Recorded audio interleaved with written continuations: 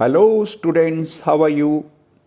Income tax return भरने की date बिल्कुल हमारे पास है। वी आर जस्ट 10 और 11 डेज अवे फ्रॉम इट। मेरा एक प्रश्न है सभी से कि क्या हम जो प्रॉफिट, जो हमारे गेन्स बायबैक ऑफ शेयर्स में पार्टिसिपेट करने की वजह से होते हैं, तो क्या वो टैक्सेबल हैं या टैक्स फ्री हैं? या टैक्सेबल हैं तो क्या वो इन्वेस्टर की रिस्पॉन्सिबिलिटी है टू पे द टैक्स, और जो कंपनी बायबैक कर रही है उसकी रिस्पॉन्सिबिलिटी है टू पे द टैक्स? और अगर ये इन्वेस्टर के हाथों में टैक्सेबल नहीं है, तो ये कौन से इनकम टैक्स के कौन से सेक्शंस हमारे को परमिट करते हैं not to pay tax on the profit of realise from the buyback of the shares? उसमें जो प्रॉफिट होता है उसमें इन्वेस्टर्स को टैक्स नहीं पे करना, इसके लिए कौन से सेक्शंस रिस्पॉन्सिबल हैं? आप कमेंट बॉक्स में अगर कमेंट करें तो it will be wonderful. If we have already filed our income tax return, तो भी वी कैन मॉडिफाई इट अगर आपके बायबैक स्टॉक्स में पार्टिसिपेशन की वजह से प्रॉफिट अराइज हुए हैं तो। ये निफ्टी का चार्ट है। पीछे शैडो डेट से 3 डेट्स, शैडो डेट से लिंक्ड 3 डेट्स अनाउंस की गई। सबसे पहली डेट थी हमारी 15 ऑफ नवंबर। वहां से बाजार लगातार एक स्ट्रेट लाइन में फॉल करता रहा। दूसरी जो डेट थी दैट वाज 29 ऑफ नवंबर। 15 नवंबर से 29 नवंबर तक there was a clean one side drop, और फिर 29 के बाद जो नेक्स्ट डेट थी दैट वाज 12 ऑफ दिसंबर, और 13th और 12th की हॉलीडे था। 13th को मार्केट ने लोअर टॉप फॉर्म किया और वहां से देन इट स्टार्टेड फॉलिंग, और अभी आज ऑन फ्राइडे 2:41 हैं और वहां पर मार्केट ऑलमोस्ट एट 17,007 पर ट्रेड कर रहा है। ये इसका टॉप मैंने फॉर्म कर दिया। दोनों जो हाई बने, highest high on this 15th, और not the highest high, that was also the lower high। 18th of अक्टूबर को टॉप बना था, और उसके बाद लोअर टॉप ये जो 15 नवंबर को बना, वहां से there was a drop of almost 18,200 से गिरना शुरू हुआ टू 16,784। तो दैट वाज ऑलमोस्ट 1200 प्लस 2.5, 1450 का ड्रॉप, और वहां से जो पुल बैक है that was of almost 1000 points. Second 12th of December को ये टॉप फॉर्म हुआ, उसमें 1000 पॉइंट्स की रैली हुई। पर आप एक सरप्राइजिंग चीज आप देखें, जो पहला बड़ा पुल बैक 29 तारीख को जो एक पुल बैक हुआ, वो एग्जैक्ट 50% तक ही प्राइस ने अपवर्ड ट्रेंड लिया, और वहां से बड़ी गिरावट, एक बार बड़ी गिरावट हुई। ऑलमोस्ट 70-80% इस स्विंग का वापस रिट्रेस कर गया, और वहां से फिर दोबारा पुल बैक लिया, और ये पुल बैक जो जाता है दैट इज ऑन 61.8% तक। ये 61.8% तक रिट्रेस किया, जो बड़े स्विंग का। We are calculating from the big swing of 15th November to 29th of November। तो ये जो 15% का कॉन्सेप्ट है, that concept is really a very strong concept। जो ये 61.8% है, वहां पे फाइनल इसने अपना टॉप बनाया और वहां से रिट्रेस किया। So the retracements of 50%, I think this is, and 61.8%, these two are very powerful. But even then, if we have to take the decision, then 50% is better than any other retracement। and अगर हम जितनी कम retracement को believe करेंगे, उतना ही हमारा trading improve होगा। The review of last weeks level. Nifty का ये लास्ट वीक है, इसमें अभी तक ट्रेडिंग हुई है from 13th of December till date. जो ट्रेंड डिसाइडर है, trend decider for this week it is 17,500 plus minus 15 points. 17,500 is the trend decider. Price इसके ऊपर खुला, वापस इट ड्रॉप्ड बिलो इट, और एक स्टॉप लॉस आपने इसके ऊपर बाय किया हो तो इसके नीचे गया तो एक स्टॉप लॉस यू हैव, और may be 2 stop loss, 3 stop loss. But उसके बाद एज द स्विंग अमर्ज्ड, ये ट्रेंड डिसाइडर है 17,494 एंड 17,501, और जो S2 है, S2 also work like a trend decider, और हमारा S2 कितना है 17,171, और 17,171 के ऊपर ही प्राइस ने बहुत बार आवरली चार्ट में कितने ही घंटे वो इसको क्रॉस करने का अटेम्प्ट करता रहा पर कर नहीं पाया, राइट। उसका 50 पॉइंट का एक जो गैप है, 30 पॉइंट का गैप है या 20 पॉइंट का गैप है, वो बना देते हैं तो वी कैन विजुलाइज वो power of even S2। But as it cross the S2 तो मार्केट ने बहुत जोर से अपनी गिरावट चालू कर दी। And what is the S3? S3 is 16,969, और एक ही बार में वो उसने बड़ी गिरावट ऑन आवरली चार्ट एकदम फॉल किया उसके नीचे, एंड फाइनल टारगेट इज 16,969। और अभी तक निफ्टी ने लो क्या बनाया फ्राइडे को, अभी 3:15 हो चुके हैं, तो it has made a just dot on it 16,966 का लो बनाया, और हमारा जो पॉइंट है दैट इज 16,969। तो बिल्कुल ऑन द डॉट R2 ने, ट्रेंड डिसाइडर ने, S2 ने और S3 ने, स्पोर्ट 2 और स्पोर्ट 3 ने बहुत सुंदर ढंग से काम किया। S2 ने पहले एक बहुत बड़ा सपोर्ट दिया, वहां से बाजार को कई घंटे तक गिरने नहीं दिया, और उसके बाद जब उसके नीचे की फॉल आई then it attempted to the final support level, third and the final support level of the weekly support and resistance, और ये बहुत सुंदर ढंग से काम किया। तो इसको एक बार विजुलाइज करते हुए देखते हैं। अदरवाइज तो आई कीप राइटिंग कि Nifty has reach to R2 या S2 या S3 या R3, बट जब ये आप पावर आप चार्ट के ऊपर उसका देखें कि R2 पे कितना स्ट्रांगली उसने सपोर्ट लिया और काटते ही then it has reach to the support 3।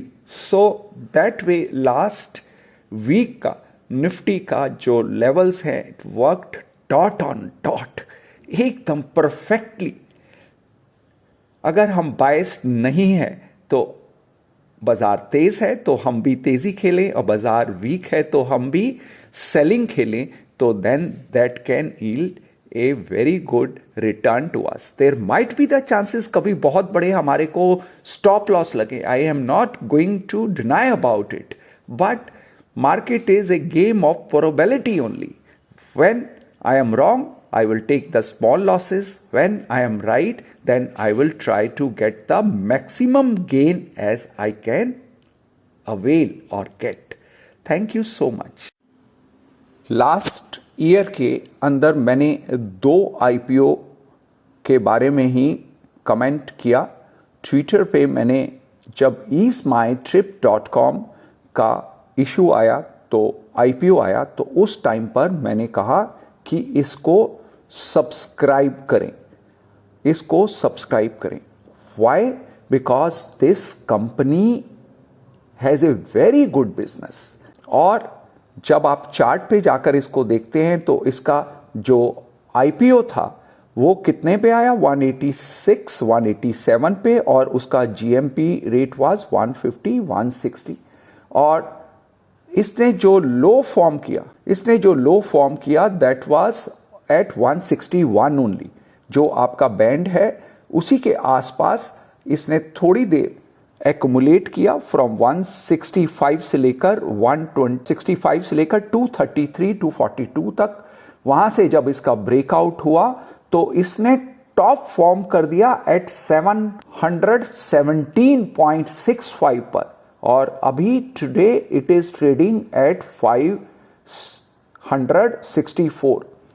आपका 3-4 गुना price in just few months. It was listed on 19th of March 2021, और आज इसी साल में about in almost 9 months or so it has rewarded us with the best of the return। जितने भी IPO आए हैं पिछले एक साल में उसमें it has rewarded the best। Second IPO जिसके बारे में मैंने कमेंट किया दैट वाज पेटीएम। मैंने बड़ा क्लियरली लिखा it is time to book profits in Paytm. Venture capitalist and seed capitalist are booking profit and liquidating their major stake to small stakeholders or institutions. Please avoid investment in this stock. Disclaimer: this is not a recommendation, it is a view only which may be right or wrong. Right or wrong लिखने की जगह नहीं बची. There is a limitation to post any comment in Twitter.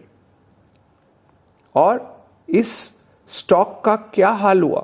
has dropped even listing वाले दिन it listed below offered price, और उसके बाद then आज ये कुछ दिन पहले ही ये लिस्ट हुआ और ये ऑलमोस्ट इसके लोएस्ट पॉइंट पे ही ट्रेड कर रहा है। So that was a small attempt to comment on the IPOs, वो भी तब जब या तो बहुत बड़ा प्रॉफिट मिलने की उम्मीद हो या बहुत बड़ा लॉस होने की उम्मीद हो। It is the time to stand with the investors, friends and the students. अभी प्रभु कृपा से weekly levels are ready. Let's find it out इस हफ्ते के क्या सपोर्ट और रेजिस्टेंस और ट्रेंड डिसाइडर है। Let's move on it. Last week में ना केवल Nifty formed the low at 16,966, very close and dot on the final target of 16,969. Nasdaq 100 achieved final support और उसके भी नीचे it was placed. The price dropped even below the final support level also.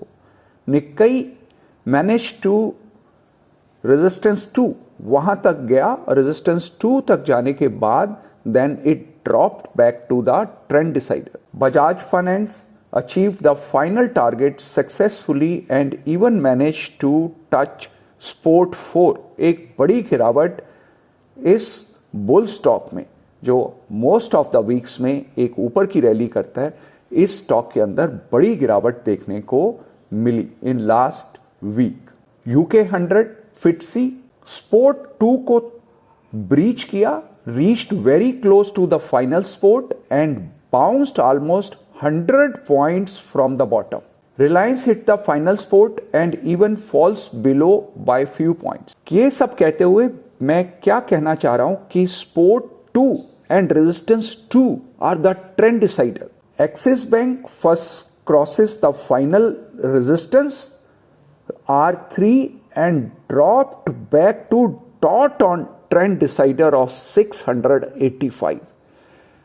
R3 तक गया, वापस जब R2 के नीचे गिरा then it dropped back to the trend decider। Bajaj Auto slipped from the trend decider of 3,348 to 3,149, almost 200 points, very close to the final target of 3,133।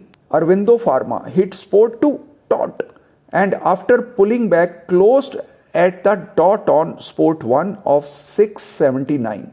Tesla formed the low of 909. The final support is 900. From the level of 1005. Hang Seng achieved the final target of 23,302 and even dropped below. Sun Pharma reached to lucky number 786. Final target is 789 and dropped by 20 points from there. Resistance 3 को touch किया और वहां से 20 point गिर गया. Almost there was a gap of about 2-3 points. 786 and 789. Bajaj Finserv trend decider 17,700 to 16,133, a fall of 1,600 points, और lowest target was 15,995. सिर्फ 40 point away, 1600 point की गिरावट, और जो फाइनल टारगेट था उससे केवल 40 पॉइंट्स दूर ही रह पाया. Crude high formed at 5562, resistance to 5574. Adani Enterprise hit the final target and even falls below. Final target से भी नीचे की गिरावट दिखाई. Nickel MCX dropped to support 2 and bounced back to trend decider. ABB hit the support 2 taut on 2171. जो low formed है that is 2170 dot on dot.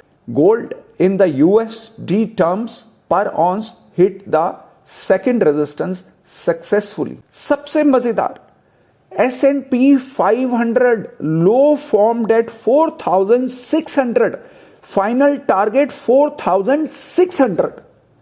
और ये भी कोई वन स्टॉक नहीं, this is a portfolio of 500 and it is magic. Why it is so? Such a big diversified portfolio managed to reach to the sport 3. यही अपने आप में एक सरप्राइज है. और उसके बाद just dot on it 4600 and 4600 by S&P 500 SPX. This was really wonderful noting of all the reviews. SBI dropped and closed at final support and 467. ITC low formed at 216, final support 215. Dot on it. VEDL Vedanta low formed at 330, support to 330. Microsoft hit the final support target successfully.